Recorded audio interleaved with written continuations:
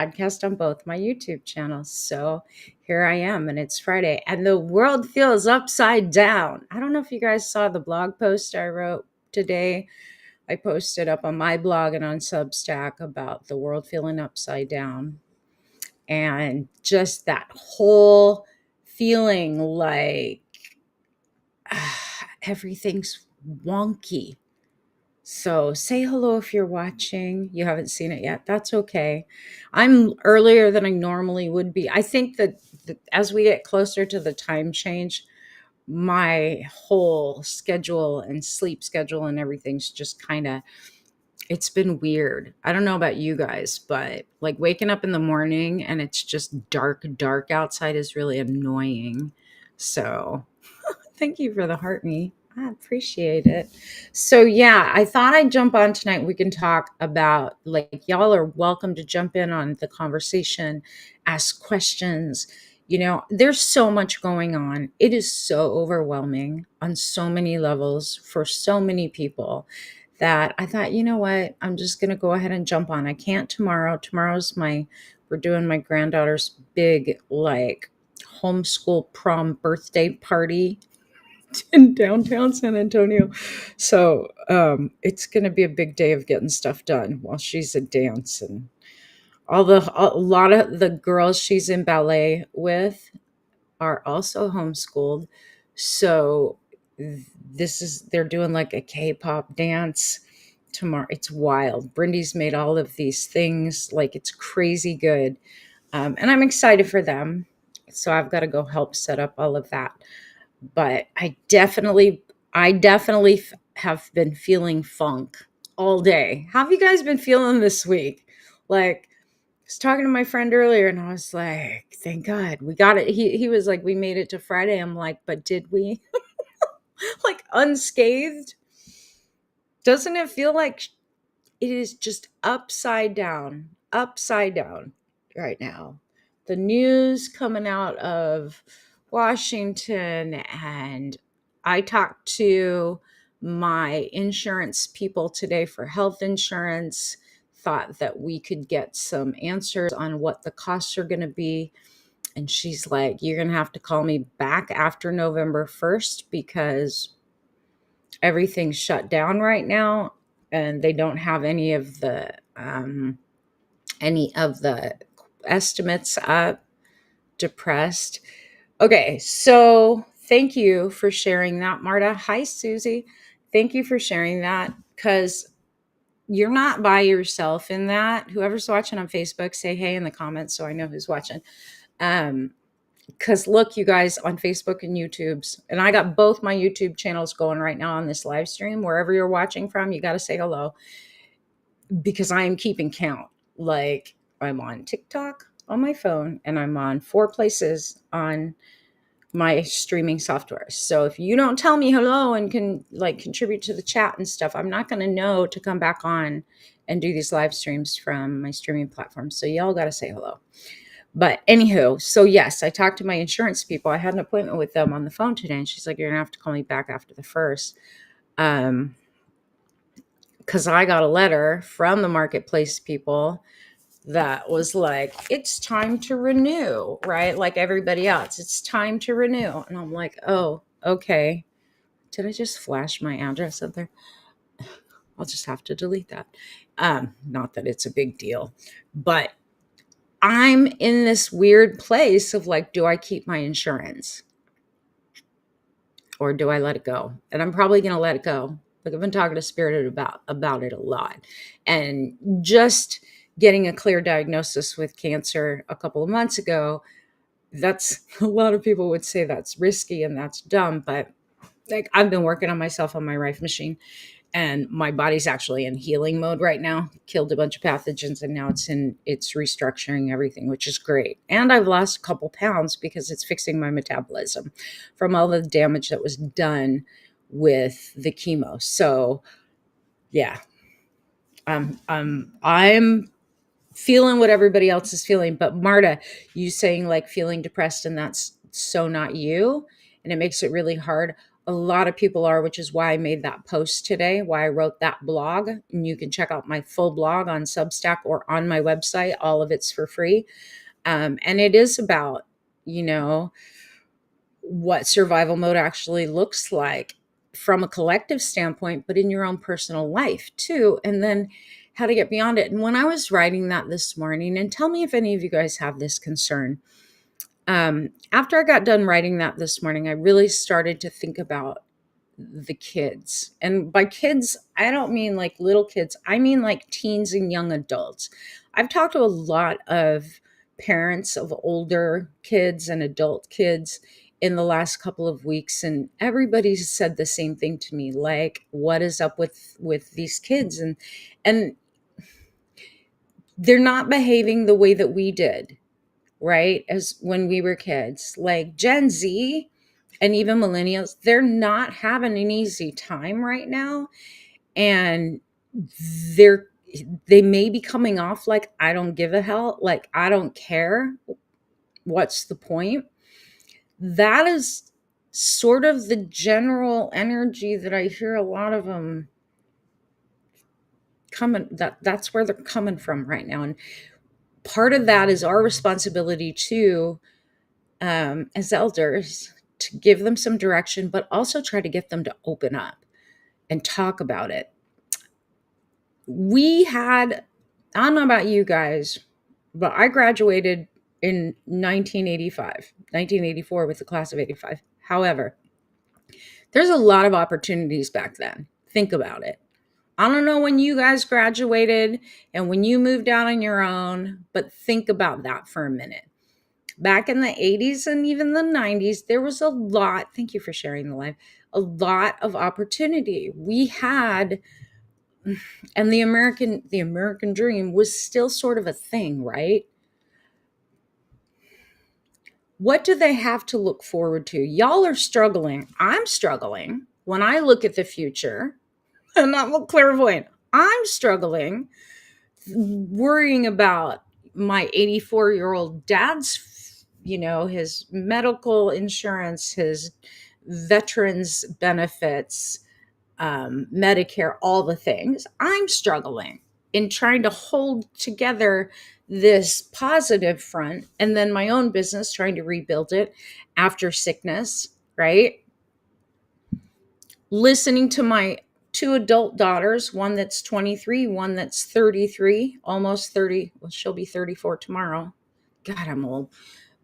Listening to them, and especially the youngest, they're 10 years apart. So listening to the youngest, and she's struggling to find a job that pays enough. And then I have a foster daughter who's a government employee who's now going without pay, right? Like, there's so much. So how can we think that the young people are not at some level stressed out and suffering? How can we think, because that was I saw a lot of comments from the right about the protests and how it was all old people.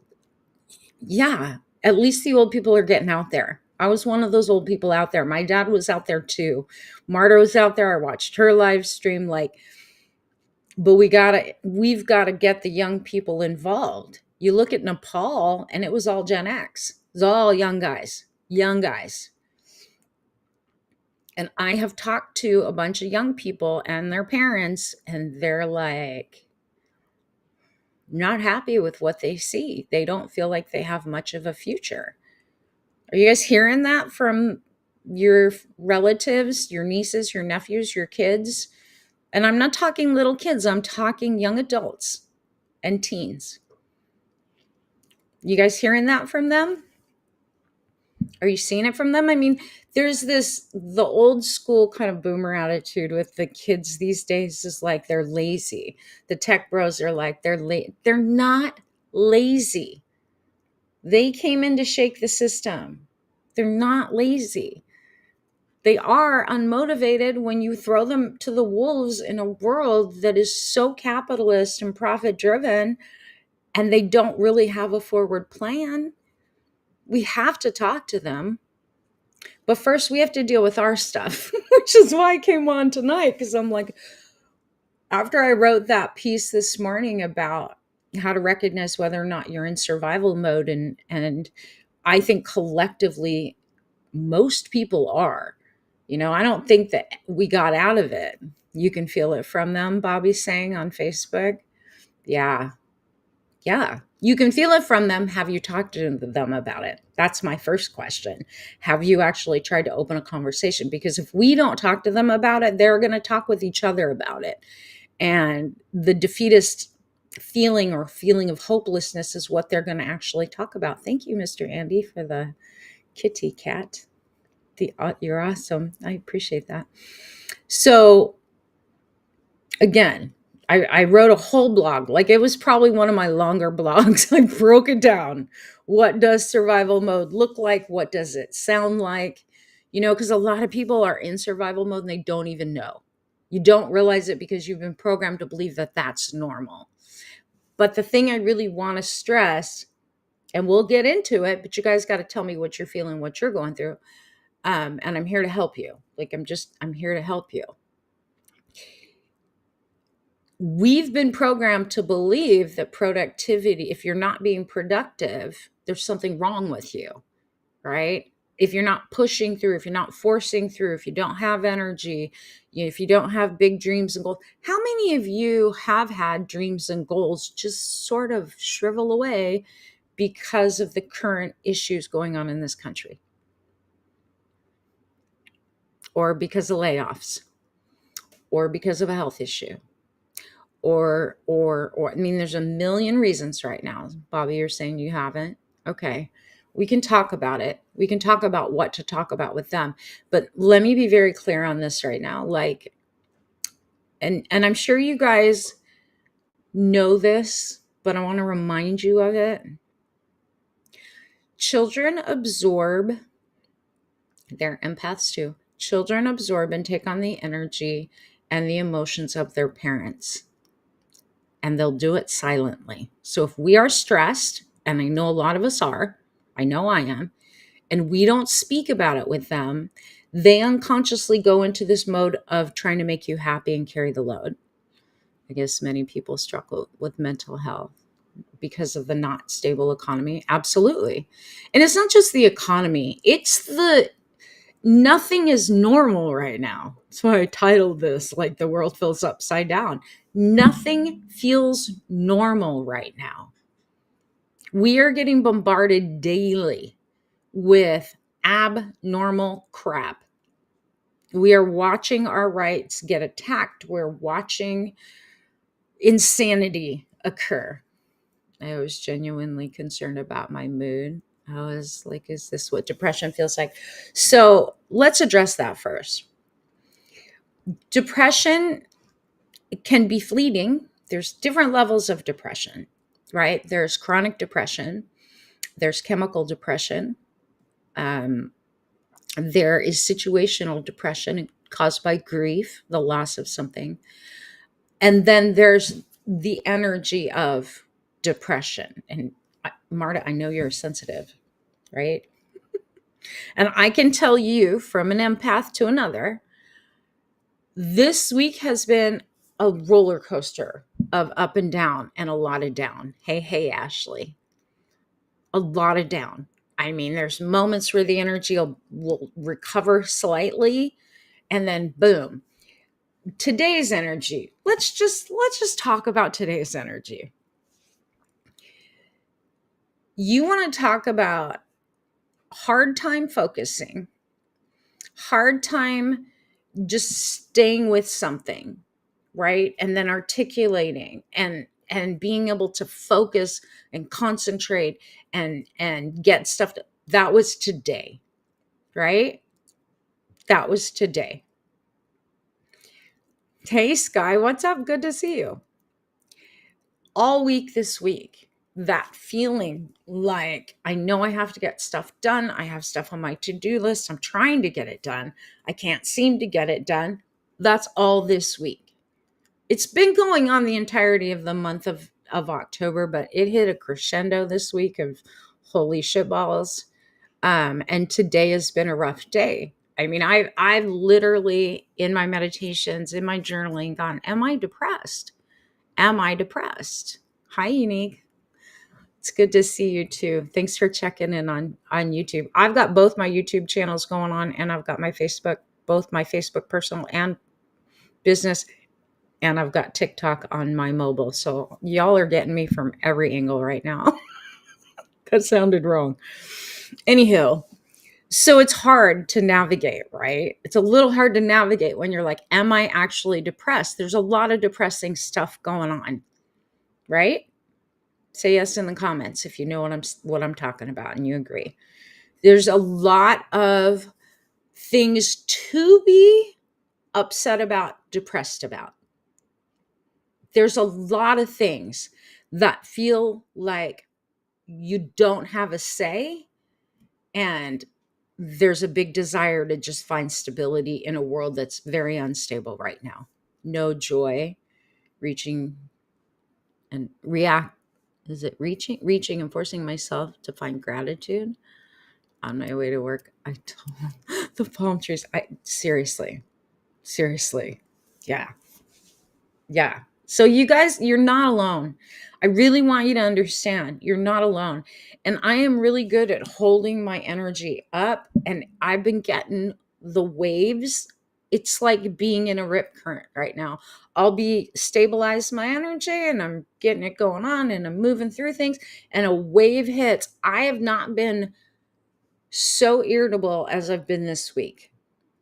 And my dad's been weird. Like the other day, he was texting me his every move from inside the house. He's like, "I'm going to take a shower." And I'm like, and I am working on his health, right? On my Rife machine. And he's on some new supplements. And I thought, is he not feeling good? He's 84, right? Take an ashwagandha for your mood. I take it too. It's in my supplements. Anywho, so he's texting me. I'm getting in the shower. I'm out of the shower. I'm going to the store. I'm back from the store. I'm going to lay down. I'm like, are you not feeling good? And he's like, well, I just wanted you to know, because I didn't want to be snappy with him if he wasn't feeling good, right? Because I've been checking his blood pressure. We've been playing with his meds a little bit because he's on 2 different blood pressures. I thought, well, maybe his blood pressure's. No, that's not what it was. I said, why do you keep messaging me today? Are you not well? He's like, no, I just wanted you to be able to answer the door. I'm like, Dad, I'm in my office in a separate building from the house. I can't see or hear what's going on in there. Like, unless you tell me, turn on the camera notifications. Like, I don't know what's going on out there. And I'm working and I have clients. So, like, I'm not going to be answering the door. And he was like acting like a little kid. And so I think that's his way of kind of reacting to the energy. Like, it was a weird deal. Like, it was a weird day too, because like our foundation, we found some cracks in our foundation. So we have to get an engineer out here. And I thought, well, is he worried about that? Sometimes when he's kind of losing his peace, he'll do weird things. Hey, Mio, what's up? But that's not what it was. It was the energy. It was seriously the energy on Wednesday that he was texting me every single, and I'm like, he's losing his cookies. And I've noticed when I get the energy waves, he must be too in a different way, because he tends to start acting like a little kid. And he's 84 years old. Come Sunday, he'll be 84. He's 83 today. So even with our parents right now, we have to check in because they're destabilized too. And I think in some ways they're a little depressed. Like I spend a lot of time on my back patio with my dogs, and I've noticed he's been coming out there a lot more too, right? Like he's been, if he sees me out there, he'll come and sit down and like he wants to talk. And I'm like, is there something that you want to talk about? And he's like, not unless there's stuff you want to tell me, because he expects me to give him my perspective on what's going on in the world, especially with politics right now, and the government. And it's almost like his energy feels so unstable to him that he's needing to be nurtured more.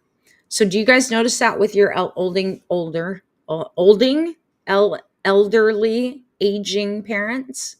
Have you guys noticed a shift with that? Because between the kids, the adult kids, and aging parents, and then us in the middle, it's a shit show. It's an emotional shit show. So you're gonna have waves of depression. Let me just put it to you guys that way. It kind of feels numb. Some people are numb.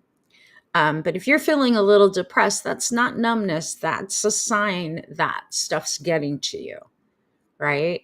It literally is. Someone on Facebook saying, or YouTube saying, I read your blog and it resonated with me. You don't have your mom and dad anymore. I'm so sorry.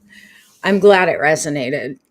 I've been thinking a lot about it this week. Like, what does it look like, survival mode right now, when we talk about collective, like being in that collective field? And sometimes survival mode looks like pushing, forcing productivity when the energy isn't there to back it. And that's the one thing I want to say to all of you that are watching right now. Like, normally we can push through, right? And I described it like this to my friend Andy, who's on the stream right now. Lately, it has felt like I'm in the middle of this gigantic tub of Jello. And while I can kind of see what's going on, it is not clear enough. And it feels surreal. So that equilibrium that we all normally have, knowing what's real and what's not, being able to discern our own feelings and what's going on with other people, it's very not clear. And I know, like, I'm using really simple words, partially because my brain has been fried for weeks now. Like, I just like so much. And today I feel like someone scrambled my brain. Have you guys been feeling that? Like, it's scrambled. I had a lot of hope after the protests last weekend. Had a lot of hope. But when you're in survival mode and when the energy's coming at us in an overwhelming way, like it is constantly right now, you do have difficulty focusing. So this is why I wanted to talk about this tonight. Sometimes we call it depression, and it's like, yeah, no. We're all under attack right now. Like last week, all the way through maybe Monday afternoon, Tuesday, I think it was Monday night, there was hope. There was optimism. If you took part in the protests, you probably felt really good. It was very uplifting being around everybody, doing your part. And it just felt uplifting. And then came the crash after more news started to hit and cycle through. And it's like, what the hell? Well, when you hit that place where your nervous system then once again goes on the alert, goes on guard, it might feel like depression. It might feel like something's up. You can't pull it together, right? Because you do have a difficult time focusing and remembering what you're doing. And maybe you do start to overthink or catastrophize because you're hearing all of this stuff, or you become cynical. Like, that level of distrust towards the leaders in the country right now are not helping any of us. Nobody knows what's going to happen with their insurance premiums. Everybody's on edge about the economy and the jobs, right?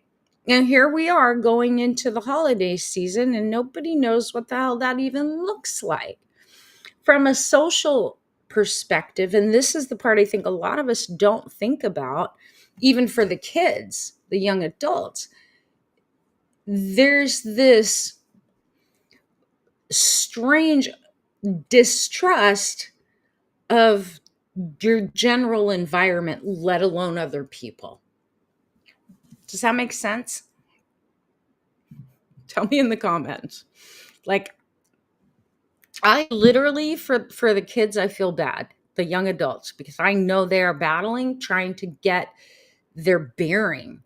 But I know for you and me, us who are supposed to have it together, at this age. And then the millennials, and I got one that's a millennial, one that's a Gen Z. We literally, I know me at my age, I'm like, I should be farther along. I've got my millennial kid who's getting ready to turn 34 to say, I should be farther along. I've got my Gen Z kid who's 23 who's like, I feel like I can't even figure out what I'm supposed to be doing anymore because there's no jobs. Like, everyone is relying on where, like, sort of gauging where you should be in life right now based on the old world. We exited the old world. We exited. We weren't warned that there was an exit, right? How can they stand tall when they look up to us and we're a mess? Grandson's homeschooled. So thankful. I know my granddaughter's homeschooled too. I homeschooled my two girls. So it wasn't a big leap to make that happen a few years ago. I'm glad she's homeschooled because I just saw another lockdown. Like every other week, there's a school lockdown. I feel so sorry for the younger kids that are still in school. But, I don't typically work with the young kids. I work with young adults, and I work with parents because I think personally, hey, go live Vegas. I think if the adults, I use that word lightly right now, if the adults are transforming and healing, then we can pass that on to our kids. But we first have to be able to recognize when we're actually getting pulled and tugged into this strange world of survival. Like, I've seen videos. Tell me if you guys have seen the videos. A lot of people are like, we're going Mad Max. This is the Hunger Games. Like, this is the things people have been saying for months. For months. We have to talk about it, and we have to talk about it out loud. And I think we have to talk about it in community so that we don't feel so alone. And so that we know this is actually normal. It is normal to have waves of hopelessness and depression. It is normal to have a problem concentrating. It is absolutely freaking normal to not know what to sort of dream about and think about and reach for when everything's upside down. It's like we're in a video game. That's why I said it's like Jello. I feel like I'm in this tub of Jello. It's crazy because I can't see. Normally we can plan ahead. We can, push ourselves, and we know there's things we can count on. I think the biggest problem that we have right now in the environment that we're living in is we don't know what to count on, because every time we think, okay, that's not going to be affected, it is. Right? How many people planned on the end of 2025, beginning of 2026, your healthcare was going to be in jeopardy? And we still don't know what the fallout's going to be when people can't afford insurance to your local doctors and your local hospitals. There's all of these great unknowns, and I'm not trying to scare you. I'm trying to say this is the reason we all feel out of whack. This is why. And all you get on your feed is all this stuff about holding back SNAP benefits, federal employees going without pay, blah, blah, blah. Now watch out for the Frozen crew. Are they in a town near you? Like, constantly making you feel like you have to defend against something. That will automatically throw you into survival mode. So the more you know about survival mode, the better off you're going to be, so that you stop judging yourself and feeling like you're not up to task, or that you're failing, or you're falling behind, or there's something wrong with you. There's nothing wrong with you. There's nothing. In fact, I would say, and as a master life coach who's done this for 25 years, and an intuitive and a health coach, I would say, if you were not feeling this up and down roller coaster ride, you're not paying attention and you're not plugged in and you are numb. And that's a whole other list of things that you need to do to get yourself plugged back in. I know a lot of people don't want to know what's happening right now because they think it's overwhelming. Whether or not you're having the conversations about it and you're paying attention to it, your body is feeling it because we are all connected.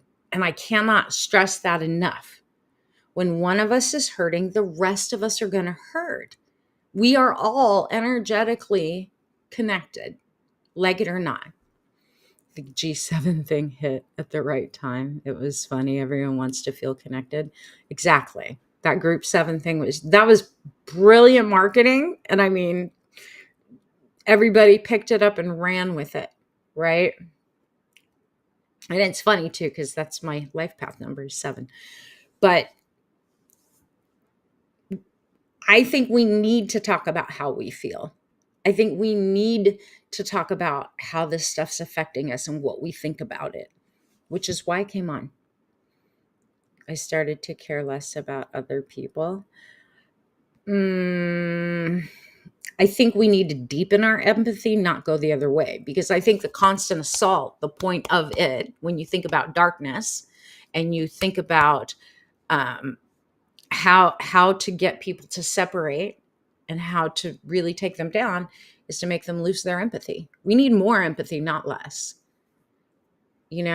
Literally. And I'm not saying to worry about people, but care. We need to care more. And I know it's hard at times to care, but our strength is in our caring and our compassion and our empathy.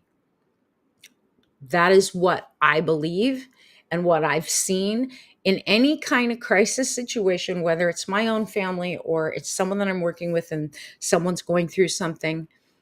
The thing that gives you the most strength is community, is belonging. When we isolate or insulate ourselves and pull away and stop caring about other people and only care about ourselves, you eventually then are going to feel very alone, and that becomes dangerous, right? We can't just cut ourselves off. I know it's easy to want to hide. Trust me, I have to fight that feeling every day as a sensitive. And I've had to do it my entire life. Fight that feeling of wanting to just isolate and insulate and even coming on live. I mean, I had to fight myself to come on tonight because it's been that much of a shit show kind of day and week that I'm like, it's Friday. I can go relax now. Literally, right? My hair is driving me crazy. I think it's easy.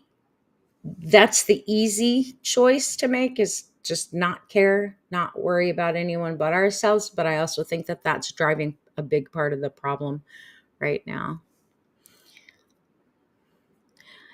If they're throwing hate to you, that's boundaries. Then you should put up boundaries. Absolutely. Protect yourself.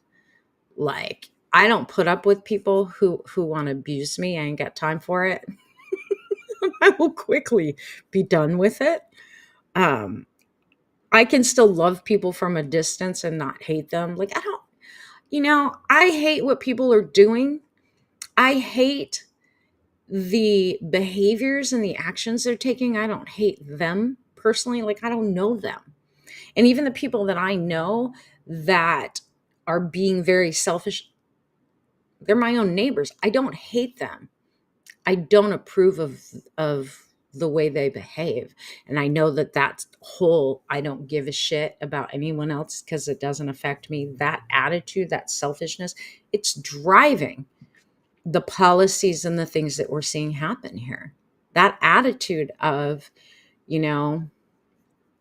only support the people who we feel like or agree with us. I just watched this whole talk that the Angry Mango did about how they're getting rid of Democrat programs and programs that they don't agree with because they're Democratic programs. Oh, and calling them communists when they're actually social programs like Medicaid, Medicare, Social Security. Social Security we paid into. That's our money.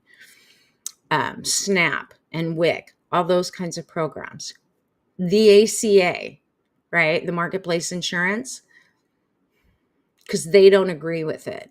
And it's not all of them, it's the top 1% wealthy group that don't agree with it. The ones who, I don't know, don't ever pay their fair share in taxes or any of that. They are the ones that want to make the decisions.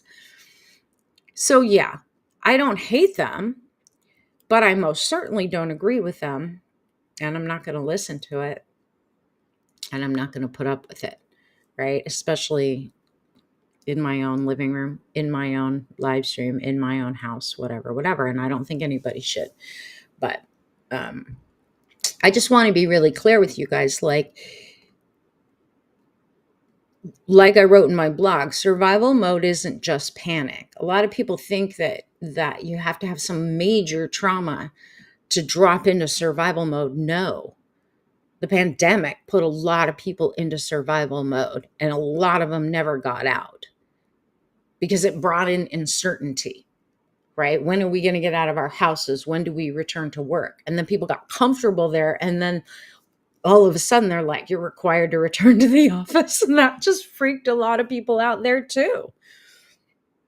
Yes, we do have freedom to choose who we allow to be in our space. Absolutely. And that's not what I'm talking about. I'm talking about don't stop caring about other people. That's all I'm saying.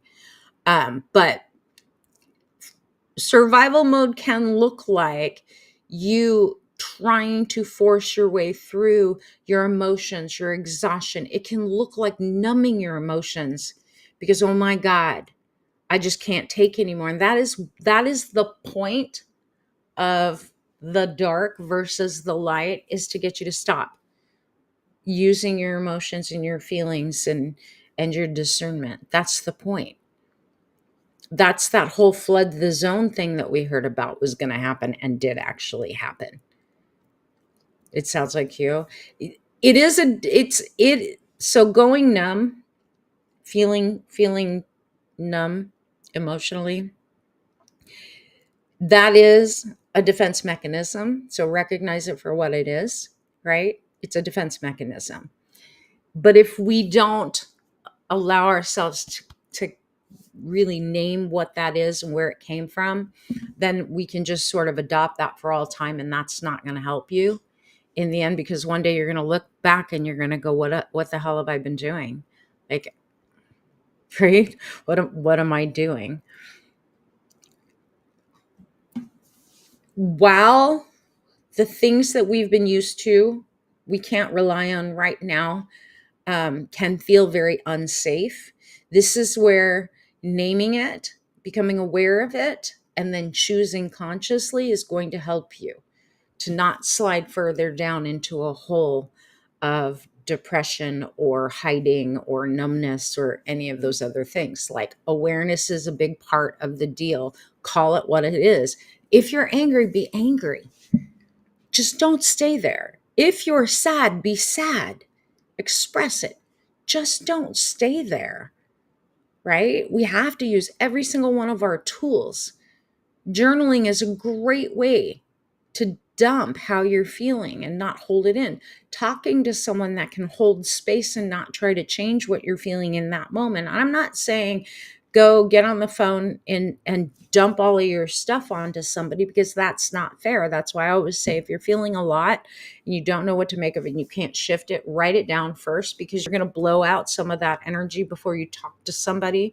Any of you who are empathic, who pick up the emotions of other people, know this to be true. If someone calls you and they're all worked up emotionally and they haven't worked through their own stuff first, they will just come in and it's like emotional vomiting onto you. And then you take on that energy and you're like, holy shit, what? And then you don't want to talk to them or talk to anybody because you're afraid that's going to happen again, right? We get it on. So do you guys get that a lot of that feeling comes across in people's videos that have not straightened out their energy before they hit record on their phones? So when you're hitting that scroll, even if you're only listening to a few seconds of it, that energy's coming through. That frequency's coming through. You're picking it up. So like hygiene, energetic hygiene, super important. Super important. And being aware. And if you are someone that jumps on and records stuff, deal with your energy first and then come and talk about it. Then come and say something. I ate a bag of candy for 3 days. 140 pieces. Do you know why we turn to sugar and sweets when we're super stressed? Do you guys know? There's the actual, both a brain science, but also a physical reason for it. And it's kind of indicative of what's internally going on in our bodies too. So that looking for a dopamine hit is why we go for the sugar. We go for the candy. We go for something sweet. From an energetic standpoint, your body is going to feel like it needs something sweet. I say use fruit. Like you don't have no idea how much pineapple and blueberries I have been eating through this shit show. Right? Like, because, and when I get done with even live streams, I have to eat something that's naturally sweet to get my energy to pick back up. Your body naturally wants to pick the energy back up when you're stressed. So we call it comfort food, right? It's actually your body is telling you your adrenals are depleted and you go for the sugar. That's why. That's why we're grabbing at it. I used to come on other people's, had many people complain. I was joking, try to be positive. Aw, I'm sorry that happened to you, Adam777. So yeah, be aware of that. But here's the thing: give your if your body's craving something sweet, do it a favor. Have an apple. Have some pineapple's really good.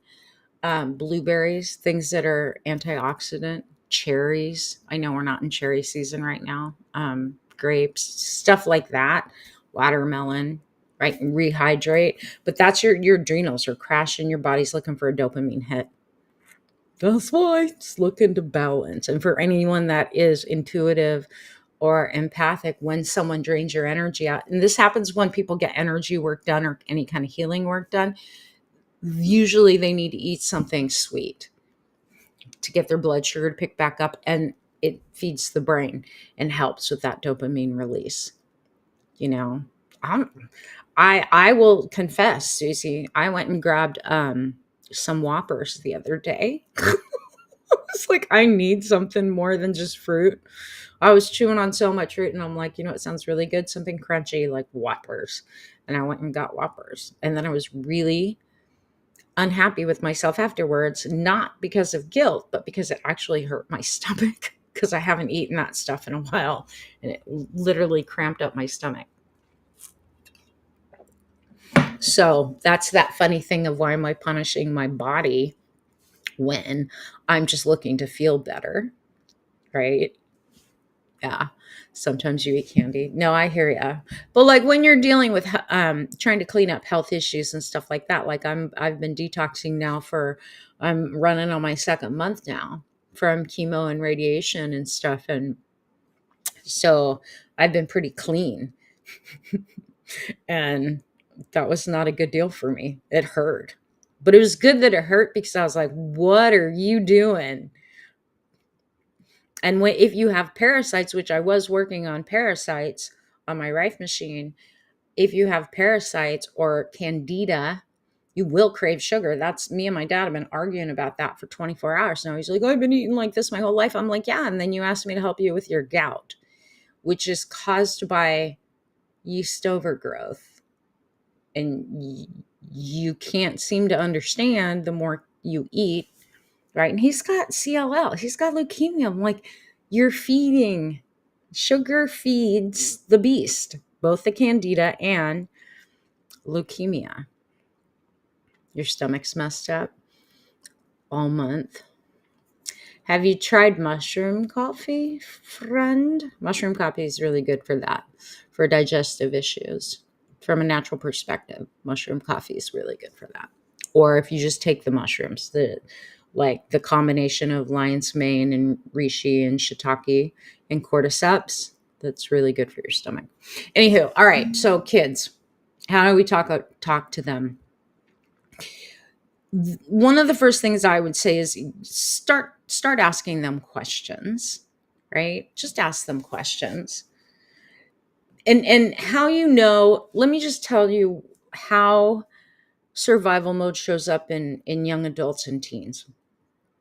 They will be very flat, non-emotional, because they've numbed out, right? Like they will say things like, I don't care anymore.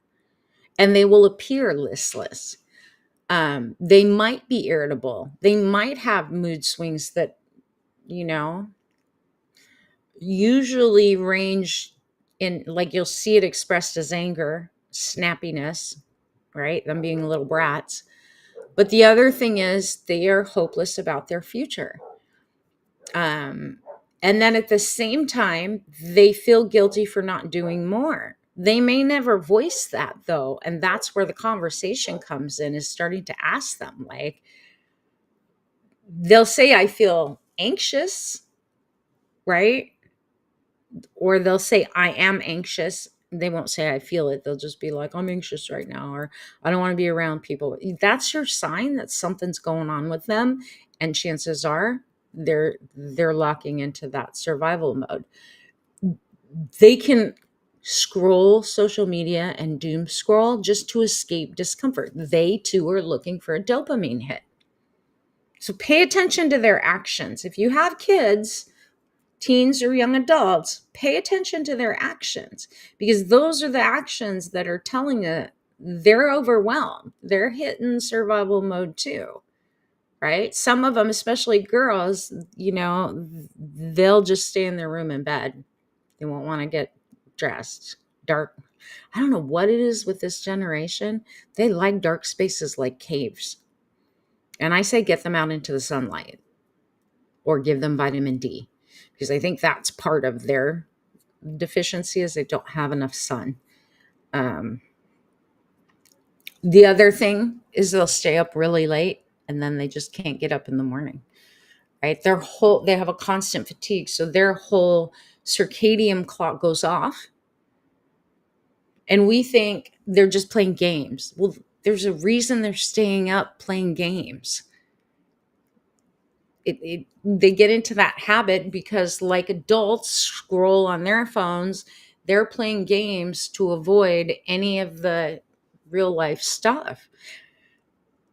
I'm not going to say that those games are not somewhat affecting the way they think. It does. I'm describing you, Marta. I might be describing some of you. Seriously, I might be describing some of you. Because this is when we're in survival mode, this is what it looks like. But I'm describing it from like the behaviors you can recognize in like your adult kids wearing their hoodies in the house. That's what yes. Yep. When it becomes a problem is when they isolate from their friends and they will not go out. Hey, Megs, they won't go out. They won't talk to their friends. And this is true of adults too, y'all. Like anybody in survival mode, when you start to isolate and insulate, you can pretty much guarantee you're in survival mode. There's something that got triggered and you're in survival mode. So you're withdrawing because you're trying to find safety and you don't feel safe. It's a sign. For other people, they actually get more impulsive with their risk taking. Hi, Canvas, welcome in. Right? Like driving fast, experimenting with stuff they should not be experimenting with, like posting reckless things about people they care about or even themselves. And it can also look like avoiding any kind of responsibility or making any kind of a decision. That's survival mode too, y'all. And most people don't put those two things together. When you're in survival mode, you don't want to make a decision because you already don't trust the world outside. And if you don't trust the world outside, well, shit. If I make a decision, I'm probably going to make the wrong one. Tell me I'm wrong. Those of you who've been in survival mode or recognize that you're in it now, you don't want to make a decision. You want someone to make it for you, right? So that's the other part of it. And with your kids, young adults, teens, stomach aches, headaches, digestive issues all the way around, repeated, um, repeated like colds and flus and stuff like that. That means they're stressed. They're highly stressed. Any kind of body tension, shoulder problems, any kind of panic reactions. Headaches every day is another sign. Yep. Panic that seemingly comes out of nowhere. It probably wasn't coming out of nowhere. They just weren't talking to you about what they were feeling.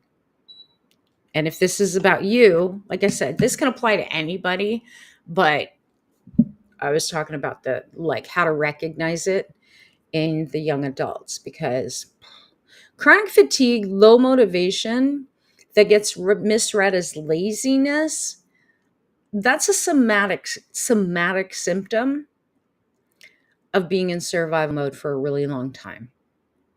It gets locked in, and we got to deal with it on all levels. But one of the things that I would say, if you're trying to talk to someone that you recognize those symptoms in, is to just ask how they're feeling. Like, we're not here, and I have to do this too, even though my profession is helping people move beyond survival mode. Unless they come to me for help, I gotta bite my tongue. Unless someone asks for my help and actually in a professional setting pays me, I gotta bite my tongue, right? Where they come to me on a live stream and they're like, hey, tell me how to handle it. I gotta bite my tongue because they haven't asked for help. So keep that in mind, all of y'all that are super helpers. Like, unless someone asks you, just hold space for them. Hey, Turbo, what's up, friend? How are you? Happy Friday. Don't try to shift them out, but maybe try to draw out what's going on with them. You'd be amazed how much it helps when someone asks you how you're feeling. How's it going? Hey, I've noticed you've been spending a lot of time alone. Hey, how do you feel about what's going on in the world? Are you stressed about the future at all? Like, they can be general questions, and then just listen. Like, listening to someone when they're struggling is the most powerful thing you can do, right? Sometimes we just need someone to witness what's going on and care enough to take the time to listen, to notice. Maybe they'll project onto you. Don't take it personally. It's the other thing I'm going to say, especially kids. Thanks, Turbo. Look at you leveling up, sunshine. So yeah. And you can ask those questions without feeling preachy. You know, you can say, hey, I saw this thing on social media. I was wondering how you feel about it. Like, if you and your friends talked about it, like, what do you think? Right? How are you feeling about what's going on in the world? General questions to get them to open up. You can even say, I get it's hard sometimes to even care when everything feels like chaos. Just like I did in this stream. Like, I know because I battle it too. Be honest, be vulnerable, and say it's a shit show and I feel it too. But we're not talking about me, we're talking about you. So tell me, right? Giving them a voice is so important. And literally kind of just trying to give them somewhere to anchor into. Right now, I think a lot of people feel unanchored. Tell me if that's you in the chat.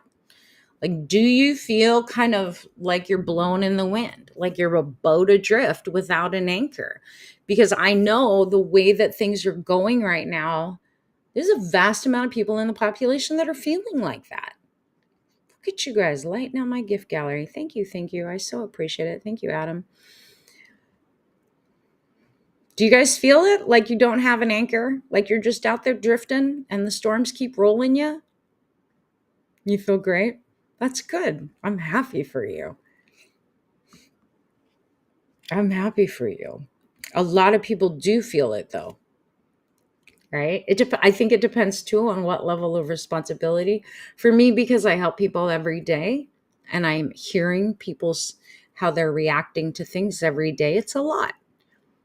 It's a lot. You like drifting in cars.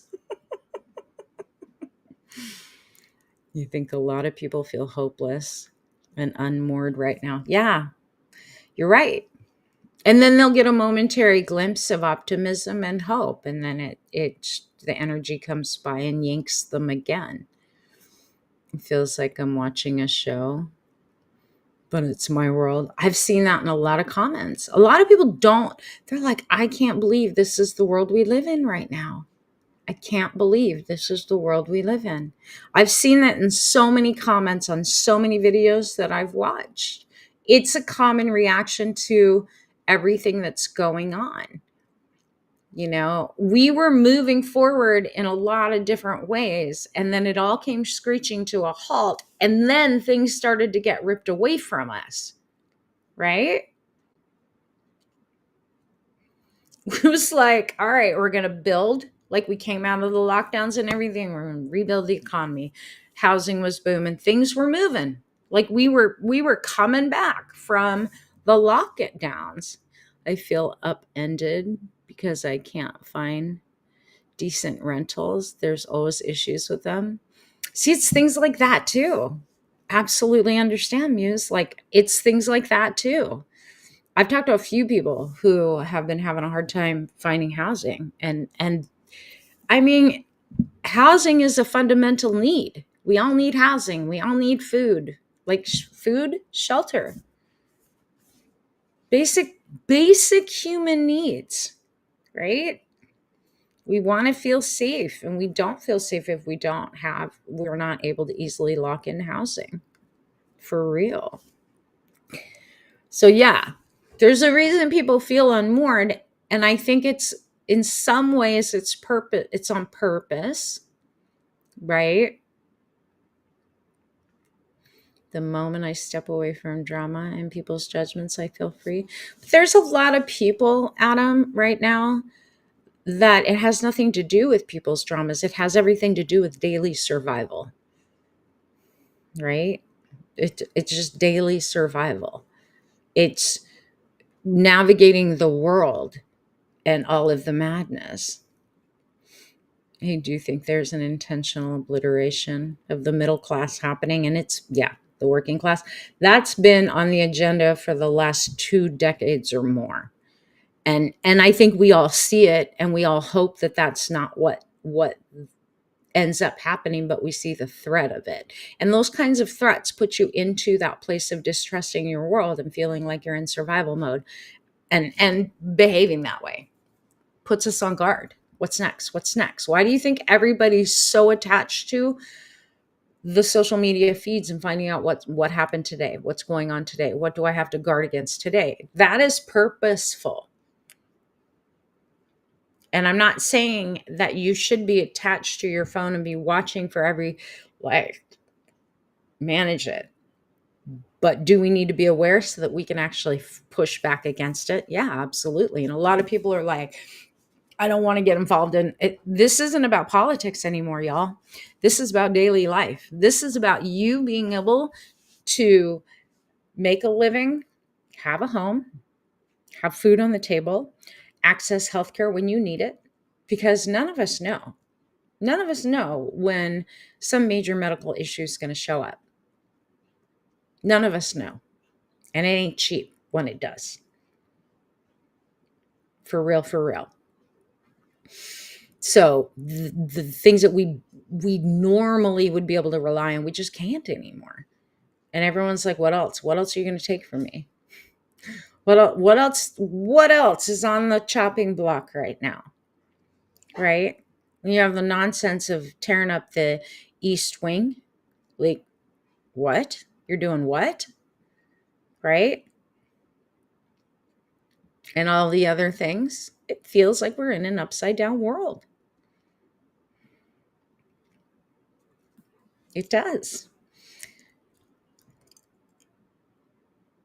For anybody who is battling with that sense of like numbness, let me just tell you this. There are going to be moments where you absolutely need to unplug and reconnect to yourself. Okay. Sometimes that numbness is a message from your higher self that you're not connected to self.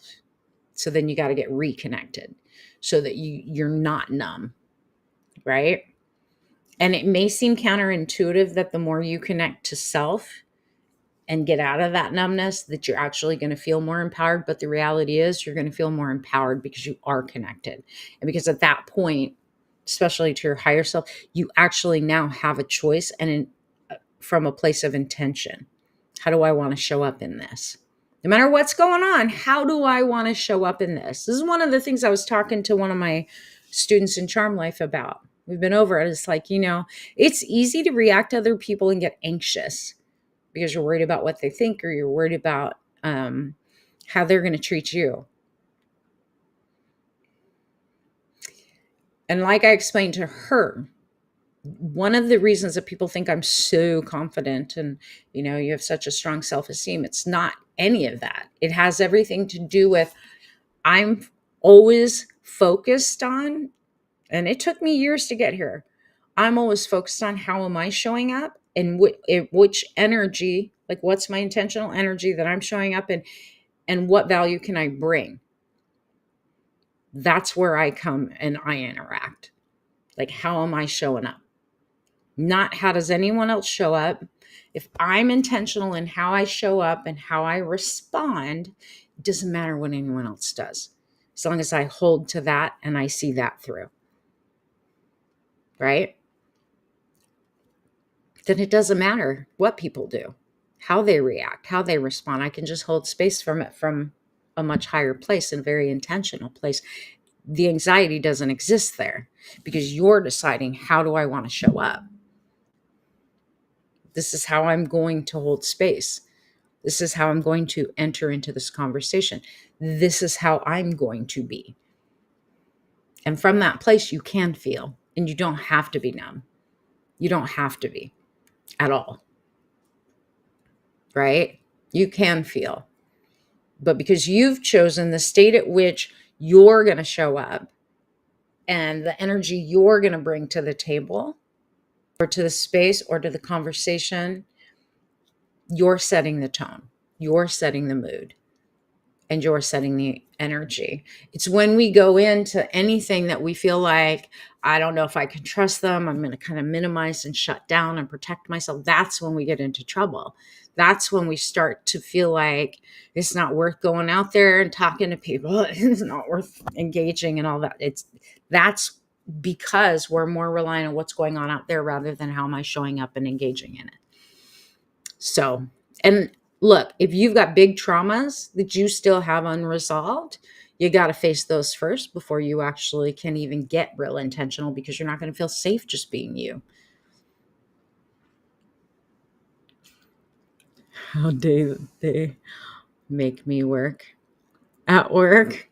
All right. Have a good one, Turbo. It was nice seeing you. Thanks for showing up. Anywho, so yeah, that's my advice for you guys. Is there anything else I can help y'all with? Like, since you're here, is there anything that you want me to speak to? that might help answer some of the questions or some of the things that, you can't talk to other people about. Let me know in the comments. Let me know. One of the ways that I think that we can anchor in for ourselves and other people is first and foremost to remember who we are and how we want to show up. Not who we were, who we are right now. How do I start to unwind and heal your trauma? Doing it alone sometimes is a lot, Angelica, but it's not impossible, right? It's not impossible. Like, go to my old YouTube channel and my current YouTube channel. I have a lot of videos on that stuff. One of the first things that with trauma and whatnot, one of the first things you have to look at is, what's the story I'm telling myself about it? Like, what is the story, right? And what are the beliefs that came out of that event? And where in my body did I store that trauma? Because y'all, trauma stores in different parts of your body and sometimes multiple parts of your body.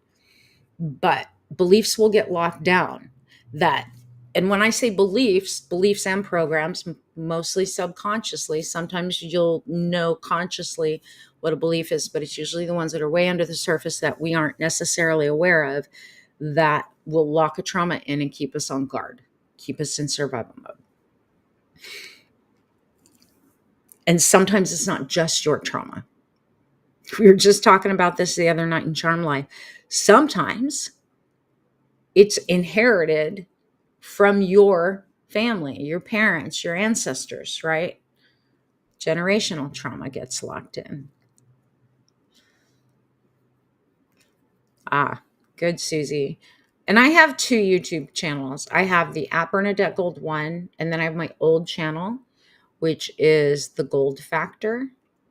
So a lot of my older videos are on that channel. The new YouTube channel, that's the one that I just started this year. So, and I did it just because I wasn't getting the views on the old one. So I was doing an experiment. That's why now I'm just broadcasting on both of them, because we'll see.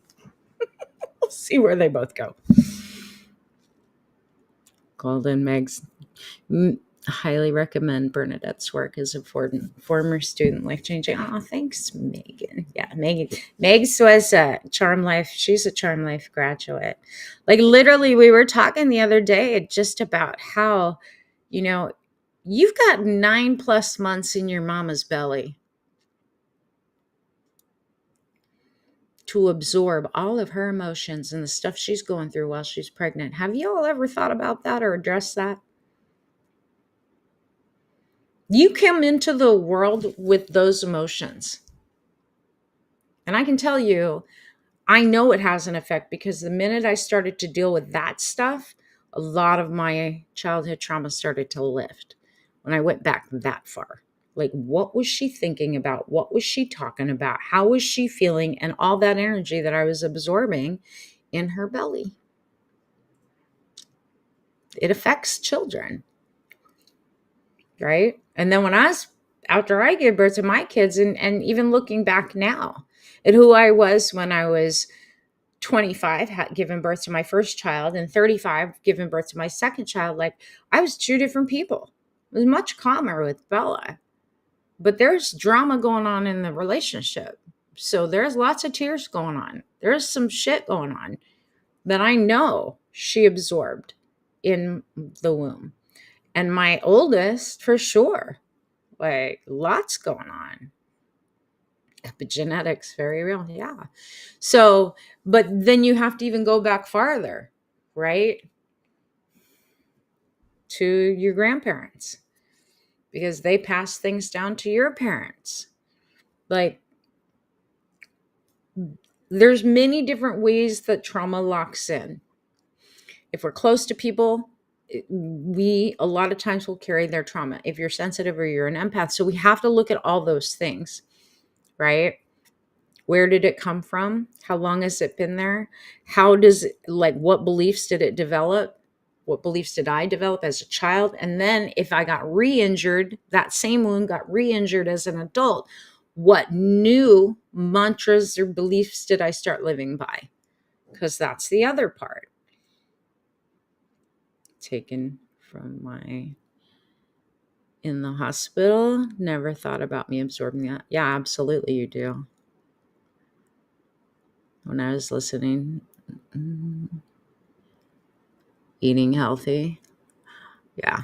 Well, Adam, it sounds like you got it all together. Good for you. I mean, for real, like, good for you. A lot of the people that follow me and come to me for help, they've been through it. They've been through it. So, I've been through it. I wrote a whole book about it because it wasn't easy. Having a narcissistic mother, not an easy task, especially when she tries to do away with the child in her belly at 8 months gestation. Not easy.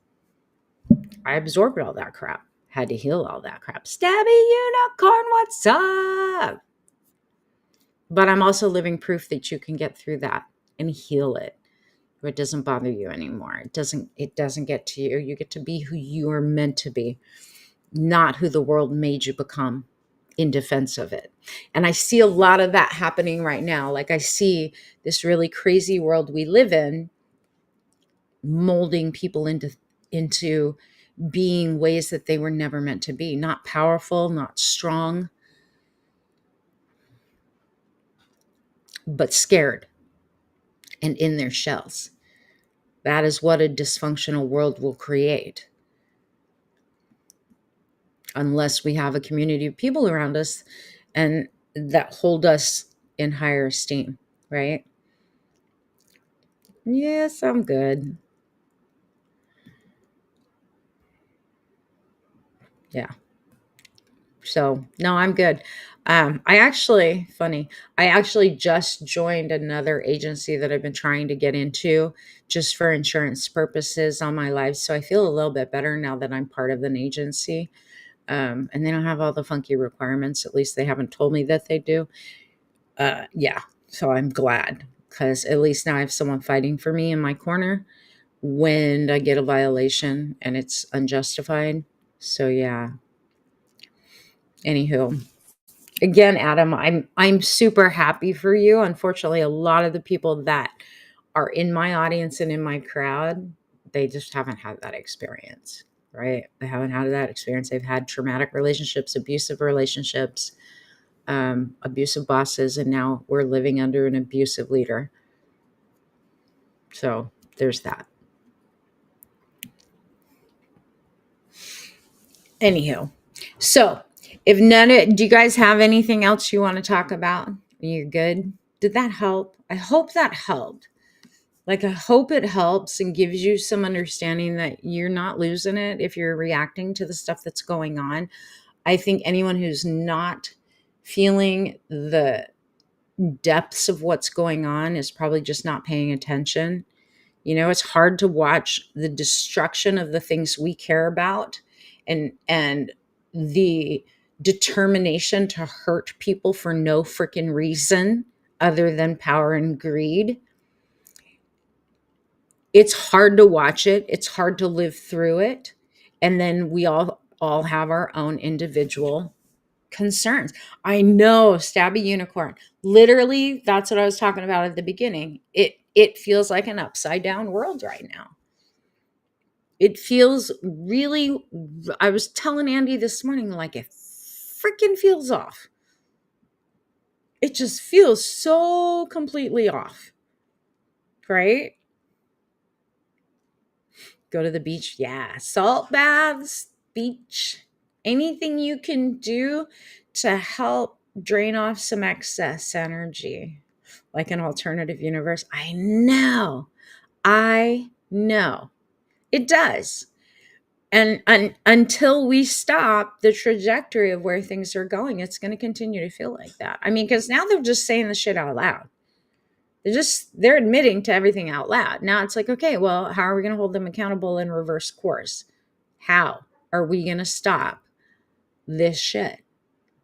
When obviously the Congress is somewhat powerless, and it seems like even holding the feet to the fire, unless you're a state, is hard. but I do think that it's turning. Like I was telling my hidden wisdom people at the beginning of the month and even in the middle of the month, like as we finish out this month and get into November, there's going to be a whole lot more forced accountability, whether they like it or not. So there's some hope there too, right? I know the timeline thing. I'm telling you guys, like it's been goofy. It's been really goofy. And it has like I'm not kidding when I say I feel half the time like I'm in jello. Like I'm just encased in this big jello where you can't move freely forward or see things clearly, and like it just it doesn't feel right. It's surreal. Like what? You hope so. You can't take much more. I think that's what they're counting on, is for everybody to get so tired and feel like I can't do it anymore. I can't take it anymore. Like my life is not enough. I know. I know. Look, you guys, I everything you're saying and that you're feeling, I'm feeling it too. So I have not been on live that much. That's why I haven't been making as much content, because I really am quite aware that if I'm going to record a video and I'm not in a good place, that energy is going to come through your screen and hit you. And I don't want that. I don't want that. So I'd rather just not make content than put stuff out that's actually going to hit your energy field and make you feel worse. There's a lot of that out there right now. So I've been very aware of where my energy is and just holding back. Hey, Justice Runners. Hello, hello. I'm struggling with being vocal and advocating for the oppressed and taking care of me. In what way are you struggling? Like what part? Are you just like afraid to speak up, or how to balance that? Justice for Owners on YouTube saying, I've been so tired. Everybody has been. See, that's why like I want to get on here and have these conversations so that you guys understand it isn't just you, right? Like it isn't just you. And even me, as someone who's a clairvoyant and an empath, I know like I pick up energy fairly easily, but I also know when it isn't mine. And I ask that every day. Is this mine? Like all of this, is this mine? Like instantaneously, nope. To let it in, because if I go there emotionally, I just lose it and cry because it's just so unjust. All right. So there's that part then that you've got to be able to like unplug and pull back enough. Like put yourself in the cube, first of all, Megs. And I know what you're talking about because I used to be like that, to where I couldn't even get close to any of that or have those conversations. It is a sign that you're a little too emotionally connected and plugged into it. So unplug a little bit and be in the cube so that you can get vocal, but it's not absorbing. It's that whole thing of absorbing all of it, right? And then it becomes overwhelming. You're like, I just can't. I can tell you right now, there's a certain point when I post a video, if a lot of people start jumping on it and it gets a shit ton of views, I just stop looking at my notifications and my comments. I can't. Because at that point at which something takes off, there's too many people's energies that I don't know, and I just don't deal with it. I won't deal with it. So it's kind of like at those times you have to post and ghost. Hate to be like that, but that's reality. Sometimes you just got to post and ghost and let people have their say in your comments and not care, because it gets overwhelming. And you have a pretty good clip going. I know you've got a good following on social media. When you post, it takes off. Like you got to pull back and not like, say what you got to say, let spirit lead, and then unplug and don't pay attention. I have to do that. Whenever a video starts to take off, I have to do that. I know their strategy is to make us want to give up. I'm too pissy for that. That's why I think doing the protest last weekend was good for so many of us. Even if you didn't participate in it, if you had to work or whatever, I think it was really good. Yeah, I know, Justice for Owners. It was. It felt really good. And the energy lasted all the way to Monday. And then the shitstorm happened again. And it started to just go downhill and tank again, right? It literally did. And I know that there's more action. Like I did the follow-up call from the No Kings on Tuesday. So there's more action, and they're like asking us to keep posting and keep sharing and keep the pressure on and keep making calls. It felt good last week to be a part of that. And when you start to feel like there's no hope, remember, that was 7 million people plus. There will be more at the next one. And there will be another one. And we've got the whole blackout the system, right? National Day off, whatever. There's 3 days, I think, planned. They just announced it. I know that there's like a week from Thanksgiving, Black Friday on to black out the system. But there's one coming up here in the next, I think, day or two. So if you guys are part of those movements too, take part in them. When we do something to push back, that is us saying, yeah, I am safe. So even if you feel like you've been shoved into survival mode, doing something starts to feel more empowering. We don't feel like we're just stuck.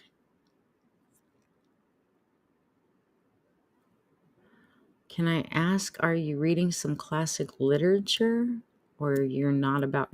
I read all the time, but typically I'm reading like medical journals and stuff like that. I don't really have that much time to be reading classical literature anymore. I'm old. I've read so many damn books. I used to really enjoy that stuff, but right now, um, I'm reading a lot of medical journals.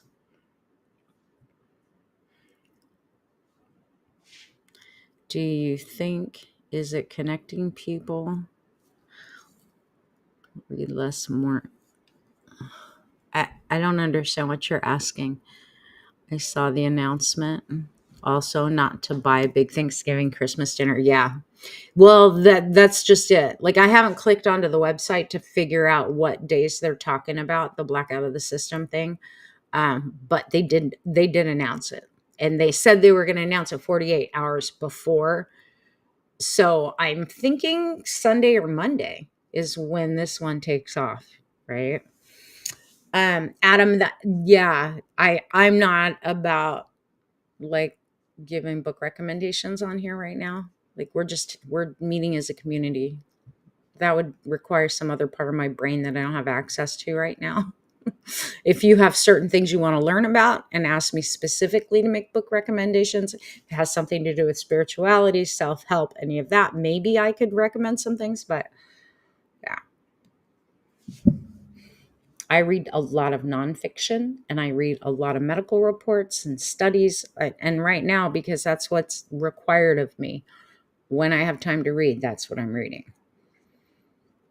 And a lot of medical studies outside of the country. So I have to, yeah. That shit's exhausting too. I don't know if you all realize that stuff's draining on the brain. I've decided not to buy, keeping my money in my wallet. I hear ya. And it's been like that for me for a long time now. Um, Justice for Owners are saying you're really good with herbal health. Yeah, natural health. And I've been working on this huge ass database, putting together this big database of um, what the pathogens are broken up between virus, bacteria, parasite, and environmental toxins and whatnot, and looking at the studies from across the globe because their medical studies are better than ours. I mean, you already know that, Justice Runners, but like I've been building this huge database and it's taken so much energy, but it's pretty amazing right? If you guys want to learn more about that, go look on my at Bernadette Gold 1 YouTube channel, because I did do a video of some of the crossing over autoimmune conditions and chronic illnesses that share pathogens. And it's shocking how many share the same pathogens, and then how Asia tests and we don't. Like, but it helps me to know what to look for when I'm working on someone with biomagnetism therapy and Rife, and then suggesting different kinds of supplements that's going to help address the issues so that we can shift them out. So no, I did not try kefir with garlic for parasites. No, kefir's more probiotic type stuff. It's not going to kill parasites. So yeah. Anywho, all right. I hope you guys have a wonderful weekend. I'm going to go. I am getting, I'm so tired. Like the rest of you, it has been an incredibly long week, and I have to be up at the crack of dawn to take my granddaughter to dance and then rush over to my son in law's office building where we're having her big party and help decorate. So I'll be gone and out of pocket pretty much all day until I come home and collapse tomorrow night. I might be on Sunday. If you guys have things you want to ask me about or talk about, send me a message and let me know, because then I'll know for sure that I want to come on. For those of you that are watching on Facebook and YouTube, I so appreciate you. Like, so appreciate you. Thank you for jumping into the comments and letting me know that you're here, because now I know that we actually have people tuning in, right? Otherwise, like, if I'm not getting the streams, and I know that for months and months now, I've been streaming on TikTok, not on Facebook and YouTube. I kind of dropped those platforms when all the BS was going on. I am back, and I can handle doing it this way. So thank you for commenting. I appreciate it. And if you guys have not read my blog, go read my blog. I've posted a couple times this week. I have another one coming out that I am writing right now with a map of the damn upcoming data centers, because that's the next crisis that we all have to face, you know? And I want to show you guys how big it is and what the concerns are. But that's for next week's blog.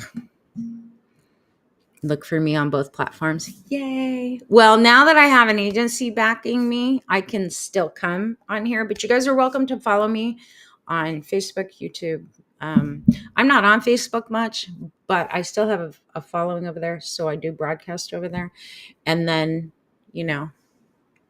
YouTube and TikTok. And I'm waiting for Skylight to take off to where their lives start going. Because I don't know. Has your guys' TikTok feeds been kind of wonk? A little vanilla and a lot of old content, because I'm getting content from months ago on my For You page. Highly annoying.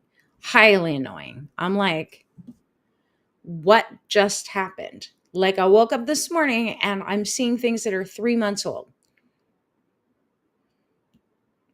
And I sit here and I wonder, why is my stuff not going out? Well, that would be why. They're only showing old content. It's highly annoying. Everybody's saying yes. Okay, so it's not just me. Good. I won't take it personally, but it is annoying. So now you guys see, y'all know it's not just you either. It's all of us. Something happened with the algorithm. I don't know what they're doing, but they're playing with the dials. Anywho, all right. I'll try to come back Sunday. I'll let you guys know on the Discord too. If I do come, I'll check in with you on what times.